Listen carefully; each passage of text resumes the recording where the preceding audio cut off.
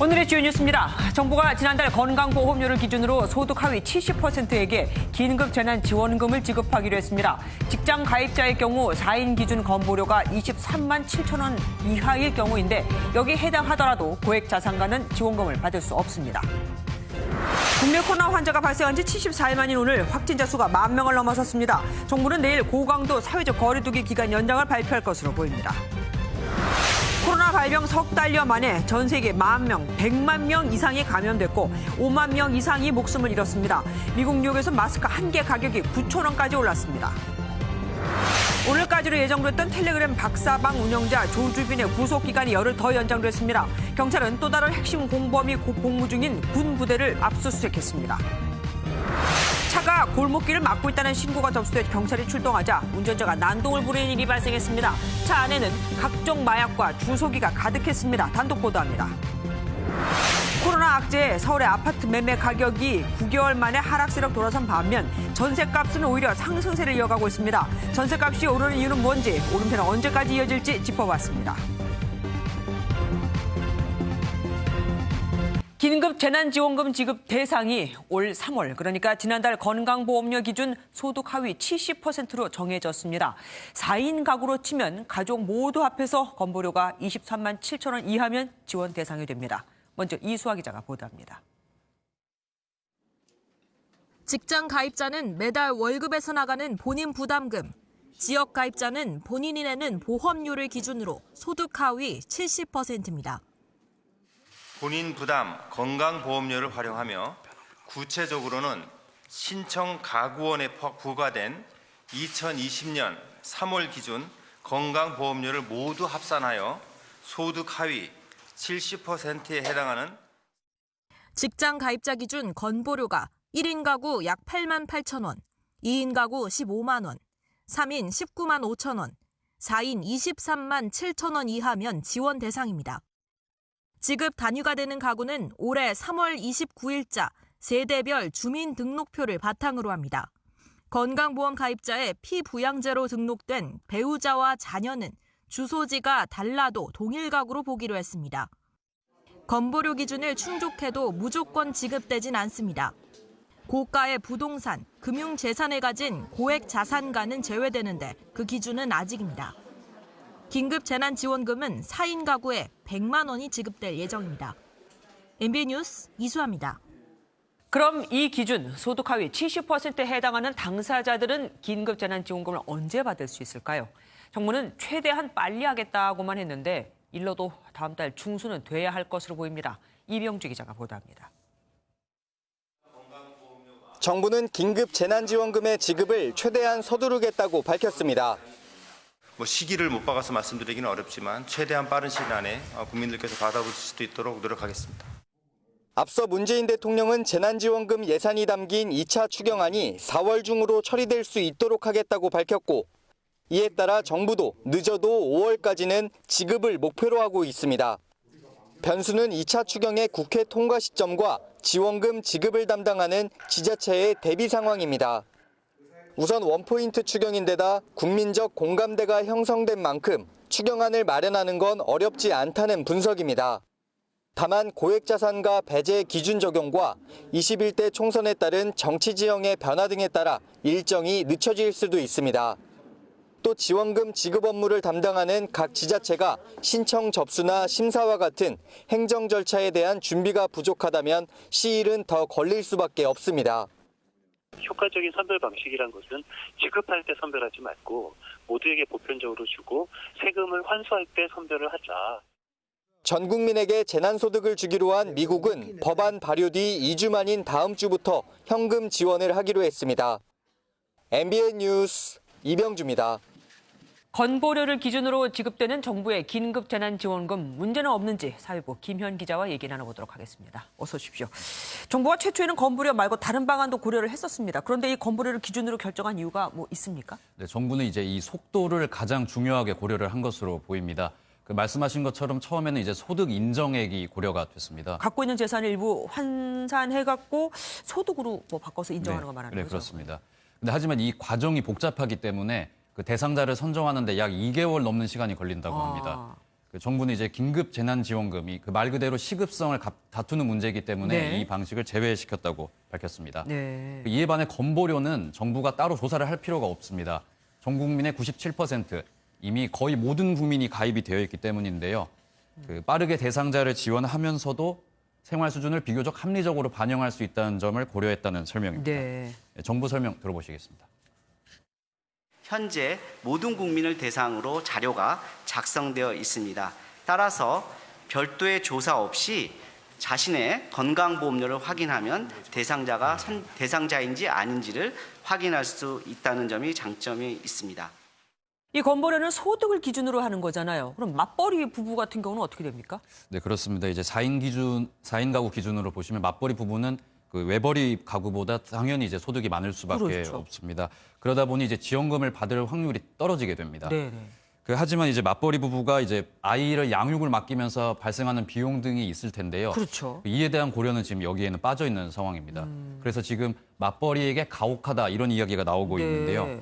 그 직장인과 이제 자영업자가 동시에 있는 부부도 마찬가지입니다. 건강보험료를 따로따로 내고 있는데 그걸 이제 합산하게 되면 20만 원이 금방 넘어가거든요. 네네. 근데 그 비슷한 사례로 다자녀 가구, 이제 자녀들이 많은 가구를 생각을 해봤을 때도 소득은 같더라도 지출이 더 많을 텐데 이런 부분에 있어서는 추가적으로 대책이 좀 필요해 보입니다. 불만도 당연히 많을 수밖에 없겠네요. 네, 그렇습니다. 그리고 이 건보료가 소득을 제대로 반영 못한다는 얘기가 있습니다. 아니, 소득을 기준으로 책정을 한 건데 제대로 반영을 못한다는 이게 무슨 말입니까?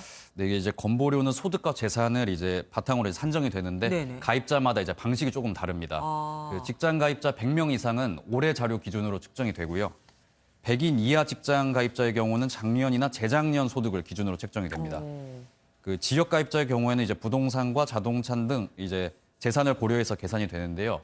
그 문제는 이제 자영업자 대부분이 속해 있는 이 지역 가입자들이 작년 연말 정산이랑 종합소득 신고가 이제 아직 안 끝났습니다. 그렇죠. 이게 처리가 안 된 곳이 대부분이기 때문에 작년 소득이 아닌 재작년 소득이 이제 기준이 되게 됩니다. 네. 때문에 이제 코로나19로 지금 큰 피해를 입었더라도 지난 2018년에 소득이 높았다면 지원금을 못 받는 사례가 나타날 수도 그럴 수 있습니다. 있겠네요. 네, 그리고 또 반대로 지금 코로나19로 호황을 맞고 있는데 재작년 2018년 소득이 낮으면 재난지원금을 받을 수도 있는 이런 상황이 생길 수도 있습니다. 그러면은 재난지원금이라는 말 자체가 좀 앞뒤가 안 맞는 게 되잖아요. 정부는 뭐라고 합니까? 그 정부는 이제 명확한 대책을 내놓지는 못했습니다. 그 자영업자들이 이제 현재 상태에 대한 입증 서류를 가져오면 지자체와 함께 반영을 하겠다고 이렇게 얘기를 했는데요. 네. 결국 이제 이 지금의 정확한 소득을 반영하는 데 이제 한계가 있고요. 정부가 이제 맹점들을 최소화시켜 보겠다고 했지만 이제 이런 오류나 문제점들은 계속 제기가 될 것 같습니다. 네. 그리고 애매하게 그 기준에 딱 맞는 사람도 분명히 많을 거란 말입니다. 이걸 받는 순간 하위 70%보다 많아지는 역전 현상도 일어날 수 있고 이렇게 되면 또 반대인 사람은 억울하잖아요. 네. 그렇습니다. 이거는 이제 지원금을 선별적으로 주는 순간 이런 사례들이 계속 생길 수밖에 그렇죠. 없는데요. 그 말씀하신 대로 이 70%에 포함이 안 돼서 긴급 재난지원금을 받지 못하는 가구가 긴급 재난지원금을 수령한 가구보다 소득이 더 낮아지는 현상이 생길 수밖에 없습니다. 네. 이런 소득 역전 현상이 발생을 해서 그 상대적 박탈감에 좀 빠질 것이라는 우려도 나오고 있습니다. 네. 그리고 부부가 서로 독립 가구인 경우도 있지 않겠습니까? 따로 살 수밖에 없는 경우도 있을 것 같은데. 네, 이제 부부가 서로 독립 가구가 어떻게 되는지 이제 궁금하신 분들이 많으실 텐데요. 네. 이 정부는 이걸 이제 경제 공동체라는 단어로 설명을 했습니다. 부부가 이제 사는 주소지가 좀 달라도 두 사람의 건보료는 합해야 한다 이런 설명. 예, 여기까지 말씀 듣겠습니다. 고맙습니다.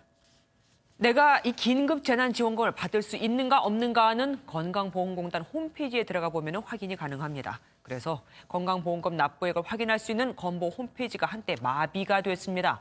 콜센터 역시 문의가 쏟아졌고요. 전민석 기자가 보도합니다.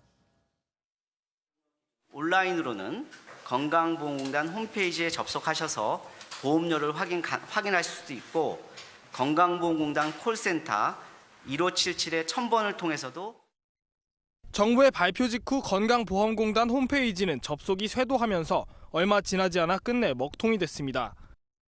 홈페이지는 오후 5시가 넘어서야 복구됐습니다. 콜센터에도 문의가 폭주했습니다. 지금은 모든 상담원이 통화 중입니다.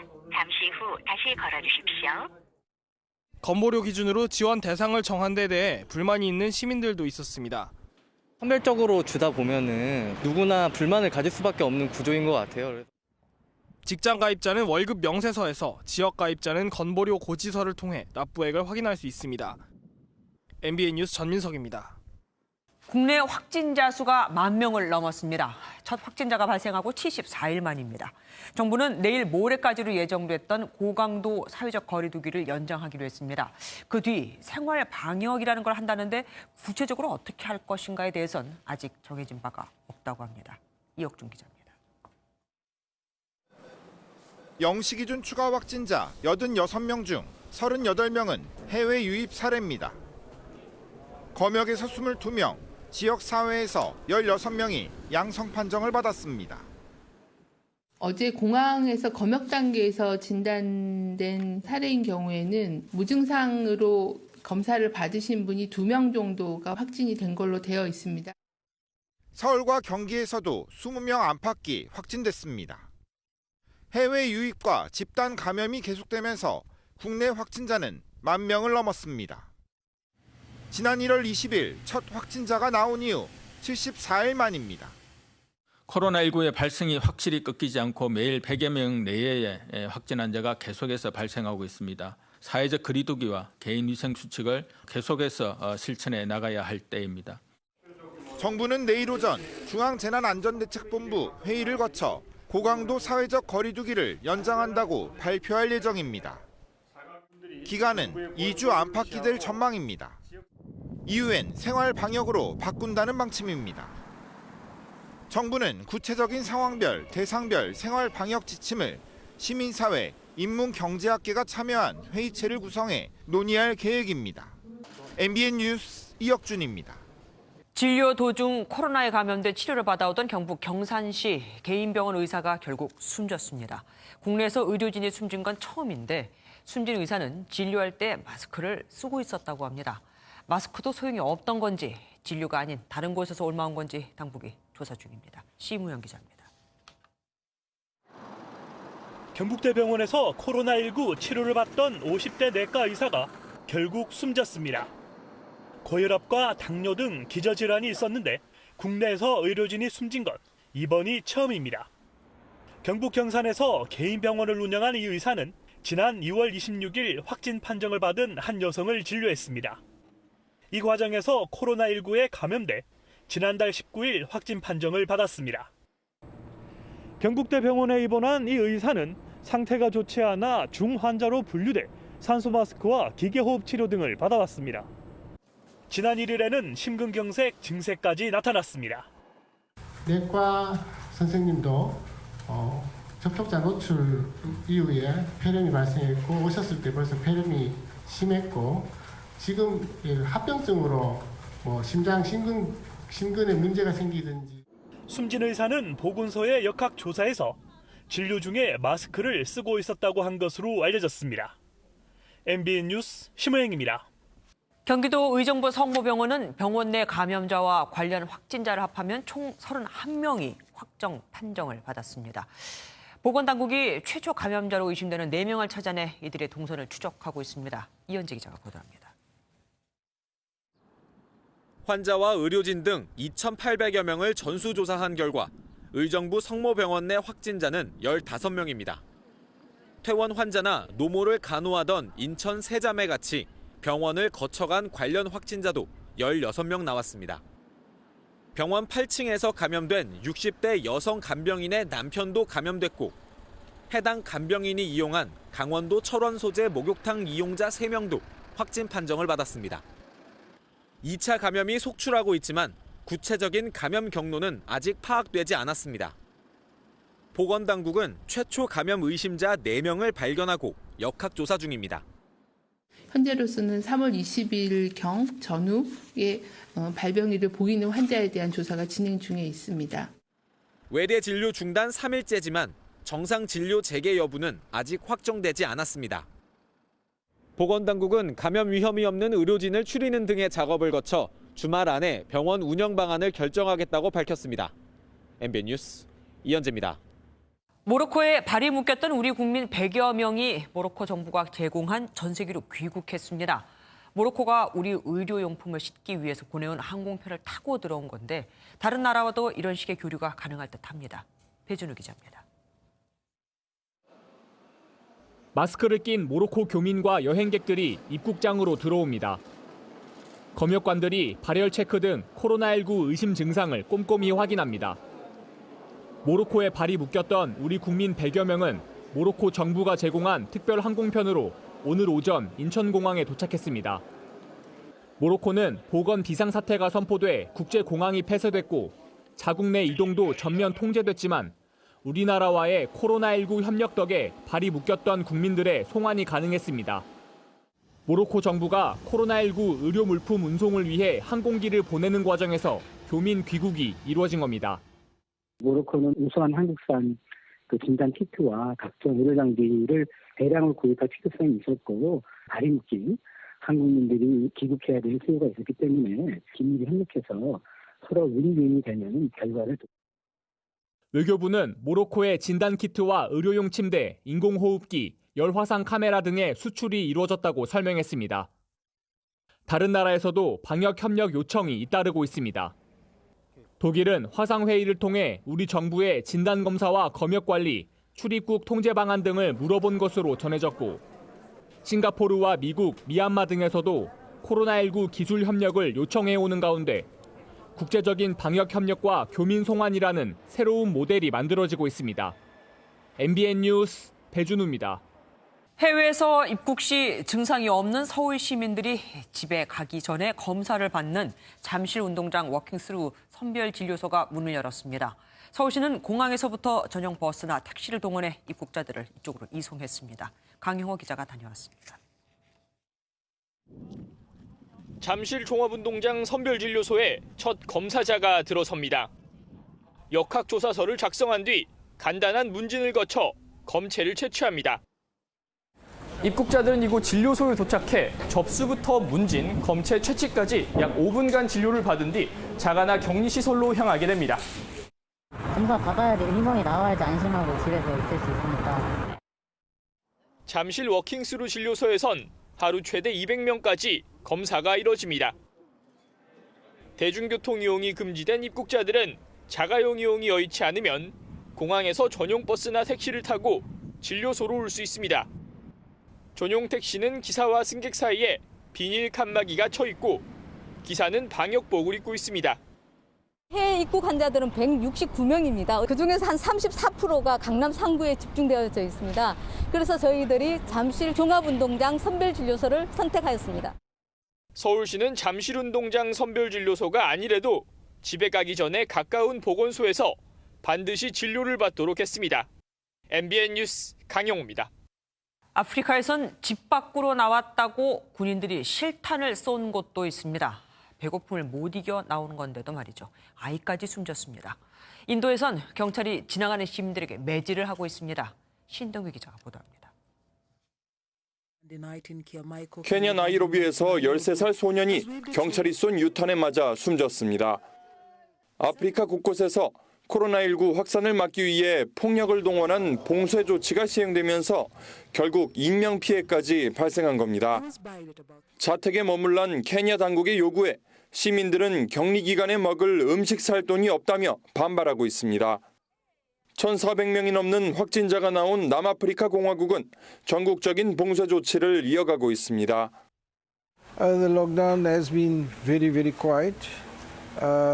Business has dropped. I wouldn't even say about 70% to 80%. 자가격리가 어려운 노숙자 수천 명은 축구 경기장에 몰아넣었습니다. Our hope is that no one here has COVID-19. It'll be like wildfire. 필리핀 두테르테 대통령은 봉쇄를 어길 경우 사살하겠다고 경고하는가 하면 인도에선 지나가는 시민을 경찰이 매질하는 걸 곳곳에서 볼 수 있습니다. 보건위기 대응을 핑계로 세계 각국 정부가 권위주의를 강화하고 있다는 우려가 나옵니다. MBN 뉴스 신동규입니다. 4.15 총선 공식 선거운동 이틀째 여야 지도부는 전략적으로 달려갔습니다. 더불어민주당은 강원도, 지난 총선 때 딸랑 한 곳 이긴 곳이죠. 이 강원도를 찾아 대결보다는 미래를 강조했고 미래통합당은 인천에서 경제 실정을 맹비난했습니다. 김순철 기자입니다. 이낙연 더불어민주당 공동 상임선대위원장은 강원도 춘천을 찾아 후보자들과 중앙시장을 방문했습니다. 직접 떡을 사 먹고 지지자들과 함께 사진을 찍기도 했습니다. 무엇이 강원도의 미래를 위해서 도움이 되는가? 누가 강원도의 미래에 더 보탬이 되는 지도자인가를 이번에 선택해 주시리라 믿습니다. 우연히 만난 김진태의 미래통합당 후보는 뼈있는 농담을 건네기도 했습니다. 후보님께서 너무 열심히 해주셔서 제가 좀 불안한데 좋은 노에서 선전해 주시기 바랍니다. 김종인 미래통합당 총괄 선거대책위원장도 상대적 열세 지역인 인천 지역 6개 지역구를 돌며 후보 지원을 호소했습니다. 김 위원장은 소득주도 성장이 아니라 실업주도 몰락이라며 3년간의 경제정책을 맹비난했습니다. 거지 같은 것뿐만 아니라 지금 깡통을 찰 지경에 도달하고 있는 것이 한국 경제의 실정입니다. 400km 국토 종주 중인 안철수 국민의당 대표는 440억 원의 정당 선거지원금을 반납해 투표자에게 마스크를 주자고 제안했고 손학규 민생당 상임선대위원장은 방송기자클럽 토론회에 참석해 국민의당이 지역구 없이 비례 후보만 냈다고 비꼬았습니다. 지역구 후보도 안 낸 정당의 대표가 홀로 마라톤을 하면서 국민에게 표를 달라고 하고 있습니다. 공식 선거운동 이후 첫 주말에 돌입하는 여야는 최대 승부처인 수도권 공략에 나섭니다. MBN 뉴스 김순철입니다. 4.15 총선 승부처를 가다 이번엔 보수의 중심에 파라는 깃발을 꽂은 민주당과 이를 탈환하려는 통합당 후보가 맞붙는 대구 수성갑입니다. 5선을 넘어 대권까지 바라보는 두 후보가 뛰는 곳이죠. 우정환 기자가 다녀왔습니다. 지역구 수성에 도전하는 김부겸 더불어민주당 후보는 지난 총선 트레이드마크였던 벽치기 유세에 나섰습니다. 아파트 단지와 골목을 돌며 벽 너머 유권자를 향해 대구를 쉽게 생각하는 야당을 심판해달라고 호소했습니다. 여기는 쉽게 되니까 좀 클만한 싹들은 다 잘라버리고 여기서 꼽은 송곳 저쪽으로 보내고 저쪽 송곳 서울로 보내고 이런 일을 언제까지 당하셔야 됩니까? 수성을에서 지역구를 옮겨 도전하는 주호영 미래통합당 후보는 누구보다 구민을 잘 안다는 친근함을 강조했습니다. 유명 드라마 OST를 활용해 코로나19 영향을 받은 대구를 응원하는 선거송도 선보였습니다. 힘내라 대구, 힘내라 경북, 우리 함께 극복할 테니까. 5선을 노리는 두 후보는 국회의원을 넘어 대선에도 도전할 수 있다는 포부를 내세웁니다. 대구의 정치적인 여망을 가지고 정치개혁을 하고 바꿔가겠다는 그런 비전을 제시하기 위해서 제가 2년 후에 대통령 선거에 도전하겠다고. 다수당이 되면 국회의장 후보군에도 들어가 있고 또는 7월 전당대회에 당대표 혹은 내년 8월에 있을 미래통합당 대선 후보 전당대회에도 나갈 수 있는.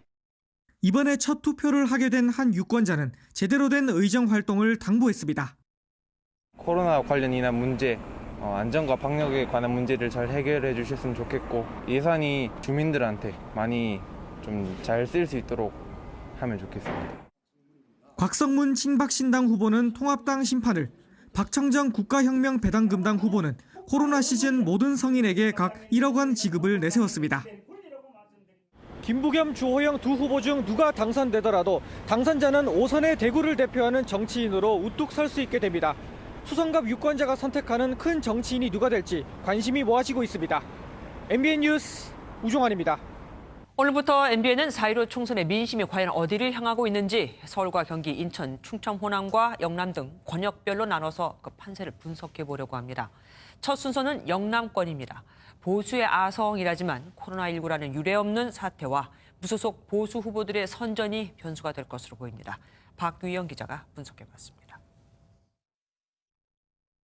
대구, 경북과 부산, 울산, 경남의 선거구는 모두 65곳입니다. 전통적인 보수정당 우세 지역이지만 좀 더 들여다보면 TK와 PK의 상황이 또 다릅니다. 우선 코로나19의 직격탄을 맞은 대구는 미래통합당의 절대적인 우위가 점쳐집니다. 최대 관건은 대구 수성갑에 출마한 김부겸 더불어민주당 의원의 생환 여부입니다. 김부겸 의원만큼은 의미 있는 한 명의 정치인으로 필요하다고 판단이 된다면 기사회생할 수도 있지 않을까. 정권 심판론에 대한 대구 지역의 민심이 높아지고 있기 때문에 통합당 후보와 표심이 겹치는 대구 수성을 홍준표 후보나 북구갑 정태욱 후보 등 무소속 출마자들이 얼마나 득표를 올릴지도 변수입니다. PK는 여야 모두 이번 선거의 승부처로 꼽은 만큼 격전이 예상됩니다. 부산의 경우 코로나19가 어느 정도 안정화 추세에 접어들면서 해볼만 하다는 민주당과 보궐경 전체가 40석인데 가반을 목표로 해서 한 15석 정도를 바라보고 있거든요. 지방선거 이후 민심이 뒤집어진 만큼 이번만큼은 싹쓸이하겠다는 통합당이 필승을 다짐하고 있습니다. 4년 전 선거에 우리가 13석을 그 지역에서 잃었는데요. 절반 이상은 다시 가져올 수 있을 거라고. 문재인 대통령의 사저가 있어 정치적 상징성이 큰 경남 양산을도 관심입니다. 수도권에서 급파된 김두관 민주당 후보와 두 차례 시장을 지낸 나동현 통합당 후보가 접전을 벌이고 있어 투표함을 열 때까지 결과를 예측하기 어려운 상황입니다. MBN 뉴스 박영입니다.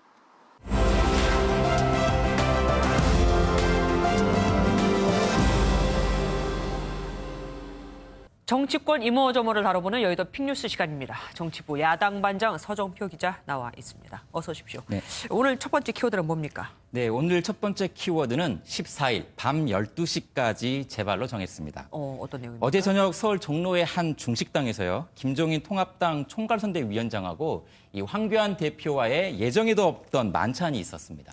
같은 당이니까 선거운동 전략을 짜려고 만날 수도 있지 않겠습니까? 네, 그렇습니다. 선거 전략 빼놓을 수 없죠. 그런데 구체적으로 어떤 얘기가 오고 갔는지 캠프 쪽에 확인해 봤는데요. 이 종로를 포함한 선거 전략을 논의했다. 이런 원론적인 답변을 들었습니다. 그런데 그게 다가 아니었다 이거죠? 네, 그렇습니다. 이 최근 논란이 된 황교안 대표의 발언 실수와 관련해서 이 김종인 위원장이 황교안 대표에게 주의를 당부한 것 아니냐. 이런 얘기가 나오고 있습니다. 예. 이 황교안 대표의 발언 실수가 어제 또 나왔거든요. 종로에서 선거운동 유세 중에 이 비례투표용지 길이를 말하면서 키 작은 사람 얘기를 했는데요. 당시 발언 들어보시겠습니다. 40여 개의 정당이 쭉 나열되어 있어요. 그러니까 키 작은 사람은 이거 자기 손으로 들지도 못해요. 신체 비하 논란일 수도 있겠습니다. 네, 그렇습니다. 앞서 지난 1일 방송기자 초청 토론회에서는 이 N번방 신상 공개와 관련해서 판단이 다를 수 있다. 이런 말을 해서 구설에 올랐었거든요. 네. 이 황교안 대표도 최근 구설이 부담이 됐는지 오늘 SNS에 글을 올렸습니다.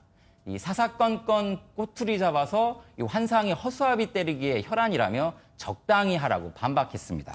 엊그제는 인천 촌구석 발언인가요? 그것도 문제가 됐었죠. 네, 또 그렇습니다. 그리고 같은 날에는 이 통합당의 유튜브 진행자는 이 문재인 대통령의 임기가 끝나면 교도소에서 무상급식을 먹으면 된다고 말해서 논란이 됐습니다. 이런 잇따른 통합당의 구설, 이 당도 상황을 심각하게 받아들이고 있습니다. 들어보시겠습니다. 이런 상황에서 말 한마디가 선거 판세를 좌우할 수 있음을 숙지해야 합니다.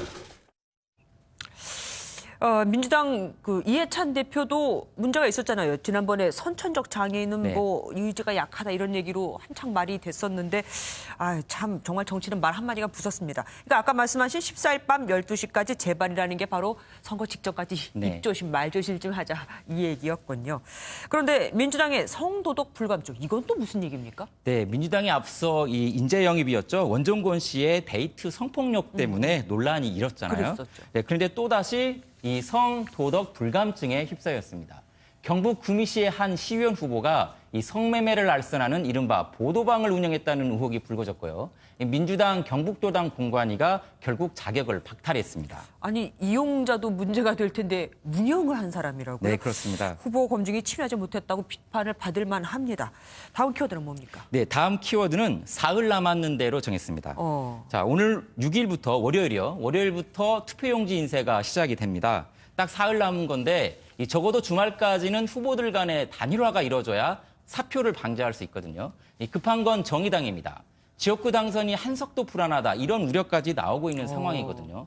심상정 대표도 애초 범여권 후보는 없다, 단일화는 없다라고 못 박았다가 최근 작은 규모의 단일화는 있을 수 있다 이런 입장을 바꿀 정도로 지역구 상황이 좋지 않습니다. 단일화가 시급한 곳이 경남 창원 성산 그쪽이죠? 네, 그렇습니다. 여영국 의원이 출마한 곳인데요. 지난해 보궐선거에서 이 단일화를 해가지고 한국당 후보를 따돌리고 당선이 됐었거든요. 네. 이번에도 단일화를 시도하고는 있습니다. 그런데 민주당에서 시큰둥한 반응을 보이고 있습니다. 여영국 후보 캠프 측 얘기를 들어보시겠습니다. 민주당에서 아직까지 답변을 보내오고 있지 않기 때문에 사실상 오늘 완료하지 않으면 여론조사를 할 수 없는 상황이고. 네, 이정미 전 대표가 뛰고 있는 인천 연수울 그리고 이 심상정 대표가 뛰고 있는 경기 고양갑도 단일화 얘기가 나오고는 있는데요. 다만 이 시간이 많지 않다는 게 막판 변수입니다. 4+1에서 열심히 해줬던 정의당으로서는 참 약이 오르기도 하겠습니다. 오늘 말씀 여기까지 듣겠습니다. 고맙습니다. 이번 총선부터는 만 18세 유권자들도 투표권을 행사할 수 있게 됐죠. 52만 명 정도로 추정되는데 제대로 된 선거 교육을 받지 못했다는 게 문제입니다. 조차훈 기자가 만나봤습니다. 이번 21대 총선부터 2002년 4월 15일 이전에 태어난 만 18살 유권자들도 소중한 한 표를 행사할 수 있습니다. 전체 4,400만 유권자 중 약 1.1%에 해당하는 51만 9천여 명이 투표를 통해 자신의 의사를 표시할 수 있게 된 겁니다. 새내기 유권자는 첫 투표가 기대됩니다. 저희 투표를 인해서 국회의원이 정해지니까 좀 설레기도 하고 학생들 고3 현역들을 위한 정책들을 좀 많이 해줬으면 좋겠어요. 생애 첫 참정권 행사를 위해서는 투표 방식이나 준비물에 대한 사전교육도 필요한 상황. 그런데 코로나19로 개학이 늦어지면서 애초 예정된 맞춤형 참정권 교육이 사실상 어려워졌습니다. 촉박한 학사 일정도 부담입니다. 개학도 미뤄지고 모의고사도 미뤄져가지고 솔직히 말하면 고3인 입장에서 투표에 신경 쓸 그런 여력이 없는 것 같아요. 이러다 보니 투표율 저조나 영혼 없는 투표에 대한 우려도 제기됩니다. 학생들이 그 선택을 하기에는 상당히 어려운 상황이 될 수밖에 없다. 재미있는 이름의 정당들도 많기 때문에 그런 정당들을 막 찍을 가능성을. 어른들이 표 계산에만 매몰된 사이 청소년 유권자가 방치된 게 아니냐는 비판이 나오고 있습니다. MBN 뉴스 조창훈입니다. 이번 총선을 위해 각 정당들은 심혈을 기울여 준비했다는 공약을 내놓고 있습니다. 그런데 재탕, 삼탕이 참 많습니다. 심지어 매월 60만 원씩을 전 국민에게 주겠다는 곳도 있습니다. 이동화 기자가 살펴봤습니다. 이번 21대 총선에서는 각 정당이 발표한 공약이 베끼기 논란에 휩싸였습니다. 먼저 더불어민주당은 1호 공약으로 공공 와이파이 확대 방안을 내놓았는데 지난 대선 당시 문재인 후보의 와이파이 프리 대한민국 공약과 비슷합니다. 2호 공약 가운데 하나인 벤처 강국 패스트트랙 제도 이 역시 이명박 정부 당시 도입했던 한국형 히든 챔피언 육성안과 닮았습니다. 여당으로서 정책적 연속성을 가져가려는 의도지만 독창성과 쇄신 노력이 부족한 공약 재탕에 불과하다는 평가가 많습니다. 그렇다면 야당의 공약은 어떨까 살펴봤습니다. 미래통합당은 1호 공약으로 공수처 폐지를 내걸었습니다. 현 정부 경제정책을 뜯어고치겠다며 소득주도 성장정책 폐지를 외쳤고 탈원전 정책 폐기 등도 강하게 주장하고 있습니다. 정부 여당과 다른 방식으로 정치와 경제, 안전 문제를 접근하겠다는 전략이지만 무조건적인 반대에 불과하다는 지적도 나옵니다. 민생당의 국공립대학 무상교육, 정의당의 청년 기초자산제도 등은 청년층을 겨냥했는데 연간 수조 원이 들어도 구체적 재원 방안이 없어 선심성 정책이라는 평가가 나옵니다. 민생당과 정의당 두 당이 공통적으로 내건 반값 아파트 공약 역시 1992년 정주영 당시 대선 후보가 내건 이후 선거 때마다 등장한 단골 공약입니다. 비례의석 확보를 위해 급조된 비례정당들의 공약은 모 정당과 판박이일 뿐 차별화된 점을 찾아보기도 어렵습니다. 이런 공약을 내걸며 한 표를 호소하는 정당에 유권자는 과연 어떤 평가를 내릴지도 궁금합니다. 지금까지 MBN 뉴스 이동화입니다. 텔레그램 박사방 운영자 조주빈의 구속기간이 열흘 더 연장된 가운데 수사에도 속도가 붙고 있습니다. 군사경찰도 군 복무 중인 조주빈의 공범, 닉네임 이기아를 긴급 체포했습니다. 임성재 기자입니다. 오늘까지로 예정됐던 텔레그램 박사방 운영자 조주빈의 구속기간이 열흘 더 연장됐습니다.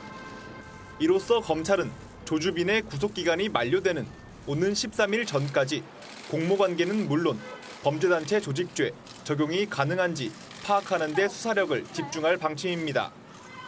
검찰에 소환된 조주빈은 체계적인 조직 형태로 범행한 건 아니라는 취지로 진술한 것으로 알려졌습니다. 변호인은 자금책 등 역할을 분담한 건 아니라며 모든 공범들과 실제로는 알지 못한다고 밝혔습니다. 이런 가운데 군사경찰은 박사방 홍보를 맡은 핵심 운영진인 닉네임 이기아가 현직 군인 신분인 것을 확인하고 긴급 체포했습니다. 경찰 역시 해당 군부대를 압수수색해 확보한 휴대전화 등을 토대로 조주빈과 공모 여부와 추가 범행에 대해 계속 수사를 벌일 방침입니다. 또 사회복무요원으로 근무하며 17명의 개인정보를 조주빈에게 넘긴 최모 씨에 대해 구속영장을 신청했습니다. 조주빈 씨가 박사방 운영자인 거 아셨어요? MBN 뉴스 임성재입니다. 조주빈이 운영한 박사방에서는 미성년자에 대한 성착취가 심각한 문제였죠. 그런데 만약 이 미성년자가 성인과 합의를 한 뒤에 성관계를 했다면 이건 괜찮은 걸까요? 현행법은 미성년이라도 13살 이상만 되면 온전한 성적 자기 결정권을 가진 존재로 보는데 얼마 전에는 운전을 하다가 사고를 내 사람을 숨지게 한 13세가 14세 미만이라 형사처벌할 수 없다고 했었죠. 심가연 기자가 보도합니다. 박사방 피해자 중 26명이 미성년자로 알려지면서 미성년자 대상 성범죄에 대한 분노도 커지고 있습니다. 일단 아직 미성년자라서 생각 자체가 성숙하지 못하고 어리숙한데 그런 점을 이용해서 그런 안 좋은 행위를... 하지만 현행법은 일반적인 생각과는 기준이 조금 다릅니다. 아동 대상 성적 행위 자체가 잘못됐다고 보는 의제강간죄의 적용 대상은 만 13세 미만. 이후로는 서로 합의했는지가 주 관건입니다.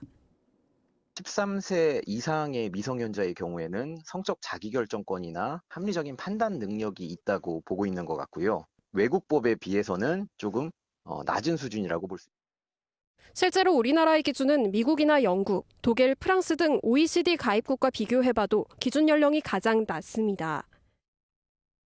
선거권이나 운전면허 취득은 만 18세 이상, 형사처벌을 받지 않는 나이조차 만 14세임을 감안하면 성적 자기결정권을 법적으로 너무 일찍 보장하고 있다는 지적이 나오는 이유입니다. 우리나라는 일본법을 해방 이후에 거의 이제 답습하다 보니까 특별히 대한민국 이제 어린이들의 추론 능력 같은 것들을 기본적으로 연구하지 않고 만 13세 이후도 문제입니다. 아동 청소년 대상 성범죄 전체 피해자의 78% 이상이 13세 이상의 청소년인 것으로 집계됐습니다. 이런 추세를 감안해 최근 16살 이하 청소년의 궁박한 처지를 이용한 경우에 한해 합의된 성관계도 처벌하는 법이 생겼지만 궁박함을 입증하는 건 쉽지 않습니다. 법제도의 사각지대 속에서 아이들은 오늘도 불안에 떨고 있습니다. MBN 뉴스 심가현입니다.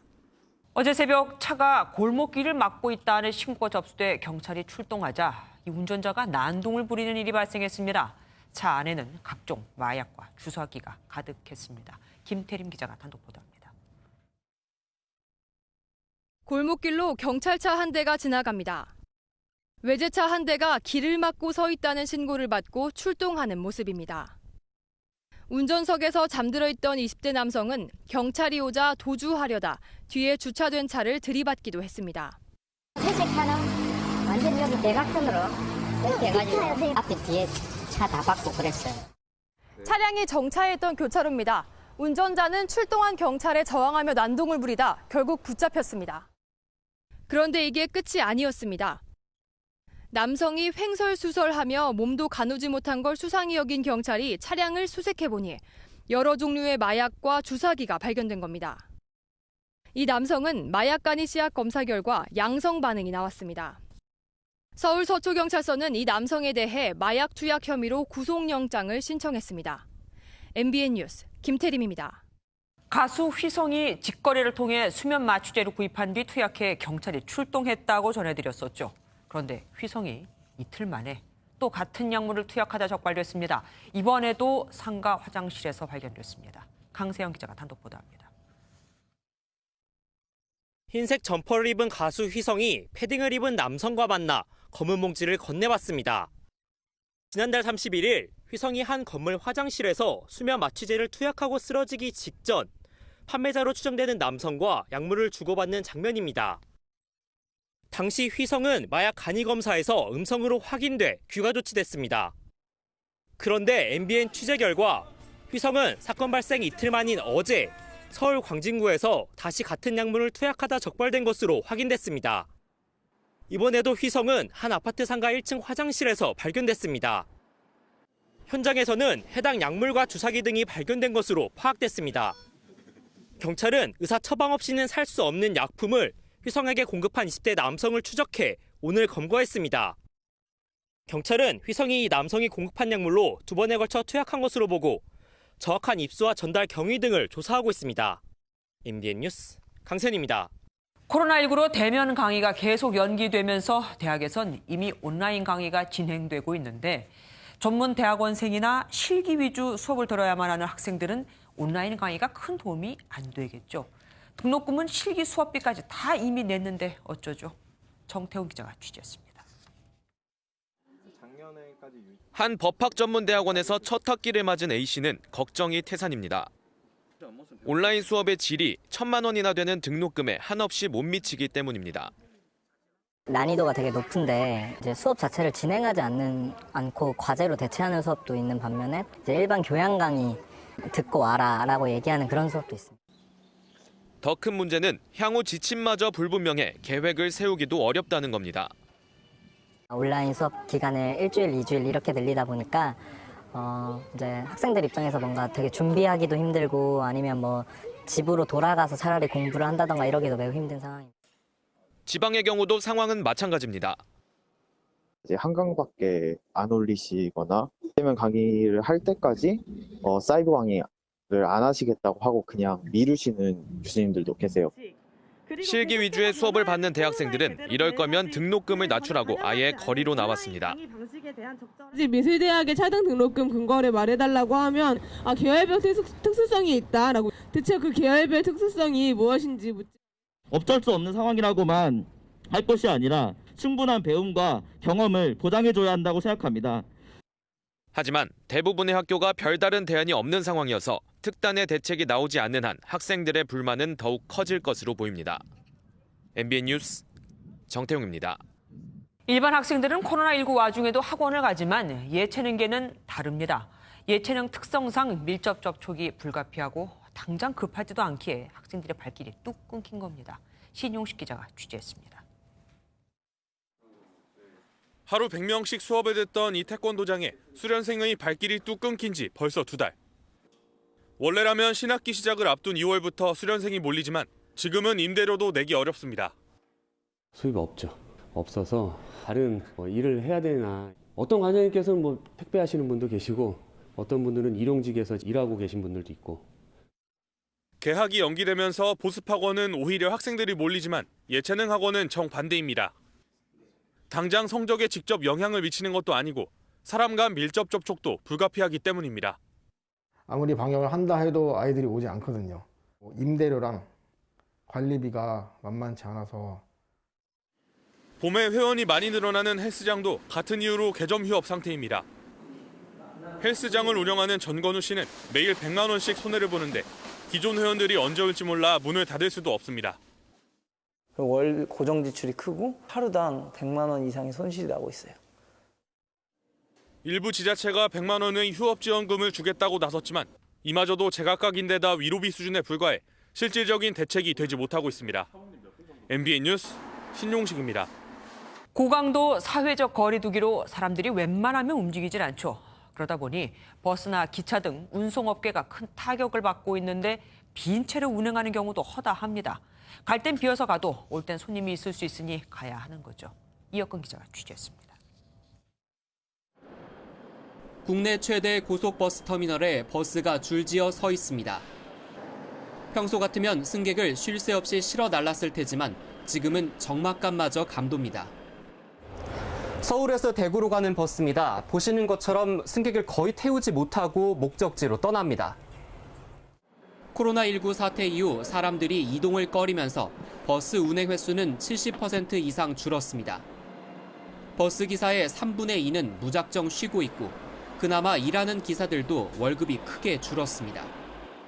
회사에서는 솔직히 엄청난 거고 기사들은 일을 못 하니까는 또 수입이 없으니까 또 힘든 거고. 승객이 한 명도 없다고 해서 버스를 운행하지 않을 수도 없습니다. 법적으로 최소 운행 횟수를 채워야 하는 데다 버스가 일단 가야 목적지에서 혹시 있을지 모르는 승객을 태워올 수 있기 때문입니다. 임의로 운행을 중단하거나 운행을 하지 않을 경우에는 일부 영업 정지에 가름한 과징금 처분을 받게 됩니다. 기차도 사정은 마찬가지여서 하루 17만 명이 이용하던 KTX 이용객 수는 지난달 하루 5만 4천 명 수준으로 크게 줄었습니다. 3분의 2 정도는 줄어들었고요. 한 칸씩 떨어져 앉으시고 웬만하면 창식에 또 앉아 계시고. 코레일은 그나마 공기업이지만 민간 사업자인 버스업계는 줄도산 사태가 우려된다며 정부의 지원을 호소하고 있는데 아직까진 고속도로 통행료 면제 혜택뿐입니다. MBN 뉴스 이혁근입니다. 마포구에서 한 달 만에 전셋값이 20% 치솟는 등 서울 아파트 전셋값이 상승세를 이어가고 있습니다. 매매가는 내리는데 전셋값은 왜 오르는 걸까요? 그리고 언제까지 오르게 될까요? 정주영 기자가 알아봤습니다. 서울 마포구의 아파트 단지. 전용 면적 60제곱미터 가구의 전세가 지난달 6억 원에 거래되며 한 달 만에 20% 뛰었습니다. 입주를 막 시작한 이 신축 아파트는 전세 품귀 현상을 빚으며 전세값이 오르고 있습니다. 올해부터 1주택자도 2년 이상 실거주해야 양도세 비과세 혜택이 주어져 직접 들어가 사는 집주인이 많아졌기 때문입니다. 10월 때 싼 게 7억 이랬는데 9억에도 나가고 그랬었어요. 물량이 없어서.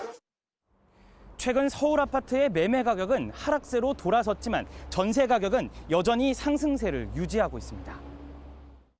앞으로도 오를 일만 남았다는 전망입니다. 대출 규제에 집을 사기보다 전세로 눌러앉는 사람들이 많은 데다 민간 분양가 상한제를 노린 청약 대기자도 많아 전세 수요가 늘고 있기 때문입니다. 전세를 월세로 돌려 공시가 상승으로 늘어난 보유세 부담을 세입자에게 전가하려는 움직임도 감지됩니다. 보증금만으로는 일단은 뭐 수익이 안 나기 때문에 아무래도 월세로 돌려서 그 현금을 좀 원활하게 하시고 이제 그 돈을 이제 보유세 인상이 되는 부분을 이제 충당하시는 이런 현상들이 나타나겠고요. 내년에는 서울 아파트 입주 물량이 반토막에 그칠 것으로 예상돼 전세난은 더 심해질 전망입니다. MBN 뉴스 정주영입니다. 어려운 소상공인들을 돕기 위한 착한 임대인 운동에 이어 착한 소비자 운동도 늘고 있습니다. 단골 식당에 선결제를 해주는 방식으로 당장의 어려움을 이겨내게 해주거나 팔로가 막힌 농가의 식자재를 일부러 사주는 겁니다. 길기범 기자가 취재했습니다. 점심 식사를 마친 공무원들이 계산을 하면서 20만 원을 결제합니다. 코로나19로 매출이 떨어져 당장 재료비도 부족한 식당을 돕기 위해 선결제에 나선 겁니다. 많은 도움이 되죠. 제가 더 좀 융자를 덜 받아도 되고 미리 돈을 쓸 수 있으니까요. 계약이 연기되면서 팔로가 막힌 농가를 살리기 위한 농산물 팔아주기 운동도 한창입니다. 드라이브 스루 방식을 도입해 감염 우려를 덜면서 값도 싸 소비자들 반응도 좋습니다. 급식에 들어가는 거에 대해 좋다는 말은 들어가지고 도와주고 싶은 마음도 있어가지고 한번. 화훼 농가를 응원하기 위해 릴레이로 꽃을 선물하는 플라워 버킷 챌린지도 인기입니다.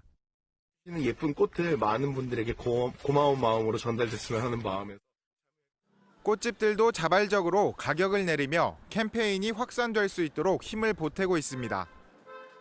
좀 일반인에게 더 많이 퍼져서 좋은 의미로 이제 운동이 됐으면 좋겠다라고 생각을 했고. 코로나19로 모두가 힘든 시기, 착한 소비로 함께 이겨내고 있습니다. MBN 뉴스 길기범입니다. 국내에서 한미 방위비 분담금 협정이 곧 타결될 것이라는 전망이 나왔지만 미국 쪽 분위기는 좀 달라 보입니다. 미 국무부 차관보는 협상이 결코 안 끝났다고 했고 주한미군 사령관은 김칫국 맛이다는 한국어까지 인용했습니다. 한성원 기자입니다. 클라크 쿠퍼 미 국무부 차관보는 한미 방위비 분담금 협상이 절대 끝나지 않았다고 밝혔습니다. 쿠퍼 차관보는 언론 브리핑에서 협상은 계속되고 있고 절대 끝나지 않았다고 단언할 수 있다고 강조했습니다. 트럼프 대통령이 한국을 포함한 전 세계 동맹들이 더 기여할 수 있고 더 해야 한다는 기대를 분명히 밝혀왔다며 기존 입장을 고수했습니다. 최근 한국 정부 안에서 조만간 타결이나 잠정 타결 가능성까지 거론되는 것과는 확연히 다른 분위기입니다. 상당한 의견 접근이 이루어지고 있다는 점에서 조만간 최종 타결될 것으로 기대하고 있습니다. 이런 가운데 로버트 에이브럼스 주한미군 사령관의 SNS가 논란을 키웠습니다. 에이브럼스 사령관은 김칫국 맛이다라는 글귀가 적힌 사진을 SNS에 올려 분담금 협상 체결을 낙관하는 한국 정부를 겨냥한 것 아니냐는 추측을 일으켰습니다. 주한미군 사령부는 한국 문화를 존중하는 순수한 의미라고 해명했지만 분담금 협상 타결이 오래 걸릴 수 있다는 전망도 나오고 있습니다. MBN 뉴스 한성원입니다. 금리는 떨어지고 주식시장은 요동치고 갈 곳을 잃은 자금이 많아지면서 이른바 파킹 통장이 인기입니다. 주차하듯 하루만 맡겨도 일반 정기예금보다 이자도 많이 붙고 수시 입출금도 가능하거든요. 이기종 기자가 알아봤습니다. 한 시중은행이 출시한 이른바 파킹 통장 상품. 잠시 주차하듯 하루만 예치해도 높은 이자를 주고 언제든 자유롭게 돈을 넣고 뺄 수 있습니다. 연 0.2% 정도에 불과한 일반적인 수시 입출금 예금보다 금리가 훨씬 높아 올 들어 만여 개의 신규 계좌에 4천억 원 넘는 자금이 몰렸습니다. 근데 정기예금을 줄 수 없는 대기 자금이 있을 수 있어요. 그런 자금을 입출금인데 두더라도 정기예금 수준의 금리를 받는다고 볼 수 있습니다. 또 다른 시중은행의 연 1.2% 파킹 통장은 금융시장 불안이 심화된 지난달 신규 계좌 수가 전달의 2배 이상으로 늘었습니다. 마땅한 투자처가 사라지자 파킹 통장에 대한 관심이 높아진 겁니다. 시장이 안정화되고 새로운 투자처가 생겼을 때 투자 기회로 연결시킬 수 있는 준비 자금의 성격으로 자금이 이동하는 것 같습니다. 저축은행들도 연 2%대 금리의 파킹 통장을 경쟁적으로 내놓고 있습니다. 시중은행 정기예금 금리보다도 높은데 초저금리 상황에서 신규 고객을 유치하려는 전략입니다. 고객들은 높은 금리를 받게 돼서 좋은 부분이 있고요. 회사 입장에서는 급여이체 고객 등 주거래 고객을 확보할 수 있어서 좋습니다. 파킹 통장에 가입할 때는 금리 외에도 우대 조건에 해당하는지를 꼼꼼히 살피는 것이 좋습니다. MBN 뉴스 이기종입니다. 문재인 대통령은 제주 4.3 사건 희생자 추념식에 참석해 학살 현장에서 무엇이 날조됐는지 낱낱이 밝혀야 한다고 강조했습니다. 문 대통령은 2년 전 추념식 참석 당시 약속한 4.3 특별법 개정이 여전히 국회에 머물러 있다며 정치권의 특별한 관심과 지원을 당부했습니다. 스포츠 뉴스입니다. 코로나19가 전 세계로 확산하면서 유명 스포츠 스타들도 연이어 확진 판정을 받고 있습니다. 오늘도 메이저리그 레전드 짐 에드먼즈의 감염 소식이 전해졌는데 이 와중에 유독 조용한 나라가 있습니다. 바로 우리나라인데요. 그 이유를 김동환 기자가 전합니다. 2000년대 세인트루이스의 전성기를 이끌었던 짐 에드먼즈가 SNS로 안타까운 소식을 전했습니다. I did test positive for pneumonia and I did get a test back positive for the virus. 시카고 컵스 등 구단 직원들과 마이너리그 선수들의 감염에 이어 미국 야구계 전체로 확산하는 추세입니다. 미국 농구에선 슈퍼스타 듀란트 등 10여 명의 선수가 확진 판정을 받은 상태고 유럽 프로축구도 아르테타 아스널 감독을 비롯해 오도이, 디발라 등 스타 플레이어 수십 명이 감염됐습니다. 최근엔 일본에서도 후지나미 등 야구 선수 3명과 다수 축구 선수가 보물 터지듯 확진자 명단에 오르고 있습니다.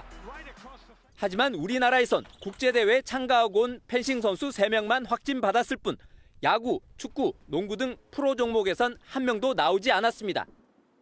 국가적으로 방역 체계와 사회적 거리 두기가 모범적인 데다 구단들도 관계사 직원의 미열에도 훈련을 중단하는 등 철저히 통제 수칙을 따르기 때문입니다. Yeah, team is doing a great job with educating us on all the protocols that we got to follow and all the things that we got to do to stay safe and stay clean, you know. 메이저리그와 일본 프로야구는 최근 한국야구위원회에 코로나19 대응 매뉴얼을 공유해달라며 한국 배우기에 나섰습니다. MBN 뉴스 김동환입니다. 개인 통산 5번째 정규리그 최우수 선수상을 받은 여자농구 우리은행 박혜진 선수.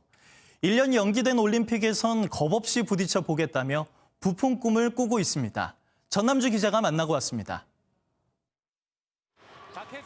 우리은행을 정규 시즌 1위로 견인하면서 통산 5번째 정규리그 MVP를 받은 박혜진. 은퇴한 선배 이명희의 빈자리로 올 시즌에 대한 걱정이 컸다고 털어놨습니다. 개막전도 졌고 비시즌 때도 연습 경기를 하면은 만족할 만한 경기가 하나도 없었던 것 같아요. 플레이오프는 갈 수 있을까 이런 걱정이 정말 선수들끼리도 컸었거든요. MVP와 베스트 5, 자유투상 등 각종 상을 휩쓸었지만 기쁨보다 시즌 조기 종료에 아쉬움이 남는다고 밝혔습니다. 12년 만에 올림픽 진출에 앞장선 박혜진. 감독 자리가 공석인 만큼 올림픽 연기는 기회라고 말했습니다. 부딪혀보고 했으니까 또 통하는 게 뭔지 이렇게 장단점도 저희가 잘 알 수 있었으니까 올림픽 무대에서는 저희가 조금은 이제 겁없이 좀 부딪혀볼 생각입니다. 네. 박혜진은 자유계약 선수 FA로 시장에 나오며 모든 팀들의 영입 1순위 후보로 거론됩니다. 데뷔 후 줄곧 뛰어온 우리은행 잔류냐, 새로운 도전이냐를 놓고 갈림길에 섰습니다. 이제는 정말 이제 고민을 해야 되는 시기잖아요. 어떤 선택을 하든 좀 신중하게 저는 이번에 좀 하려고 하고 있고. 박혜진은 최근 은퇴한 선배 양동근과 같은 선수로 기억에 남고 싶다는 포부를 전했습니다. 동근 오빠처럼 모두가 이렇게 인정해주고 또 후배 선수들이 좀 존경할 수 있는 그런 선수로 좀 기억 남고 싶고요. MBN 뉴스 전남주입니다. 주말과 식목일인 일요일에는 화재 사고 없도록 더욱 주의가 필요합니다. 현재 서울에는 건조경보가, 그 밖에 중서부 지역과 경북 곳곳에는 건조특보가 이어지고 있는데요. 대기가 이렇게 건조한 데다 주말 동안에는 봄바람도 강하게 불면서 화재의 위험성이 더욱 높아지겠습니다. 이번 주말에는 반짝 꽃샘추위가 찾아옵니다. 내일 서울의 한낮 기온은 12도 선에 머물며 오늘보다 4, 5도가량 기온 내려가겠고요. 모레에는 서울의 아침 기온이 0도 선까지 떨어지겠습니다. 낮 동안에도 찬바람에 체감 온도가 내려갈 것으로 보여서 내일은 따뜻한 옷차림 필요하겠습니다. 내일 새벽부터는 황사가 영향을 미칩니다. 따라서 수도권과 강원, 충청은 내일 오전에 미세먼지 농도가 높겠고요. 충청과 그 밖의 남부지방은 내일 오후에 PM10 농도가 높게 나타나겠습니다. 저녁에는 전남과 경남, 제주에서 미세먼지 농도가 높겠습니다. 내일 아침 서울은 7도, 대전은 6도에서 출발하겠습니다. 낮에는 광주 17도 선까지 오르겠습니다. 내일 동해안 낮 한때 약한 비가 조금 내리는 곳이 있겠습니다. 식목일인 모레에는 기온이 큰 폭으로 떨어져 춥게 느껴지겠고요. 이 추위는 월요일 낮부터 풀릴 예정입니다. 날씨였습니다. MBN이 선정한 이한장의 사진입니다. 봄의 전령사, 유채꽃이 웬일인지 모두 쓰러져 있죠. 강원도 삼척시가 7번 국도변, 축구장 넓이의 7.8배나 되는 맹방 유채꽃밭을 모두 다 갈아엎은 겁니다. 축제를 취소하고 꽃밭 추위까지 통제했지만 상춘객들의 발길이 끊이지 않고 있기 때문입니다. 올해처럼 출래 불사춘이라는 말을 실감했던 적이 있었나 싶습니다. MBN 종합뉴스 여기서 마치겠습니다. 함께해 주신 여러분 고맙습니다.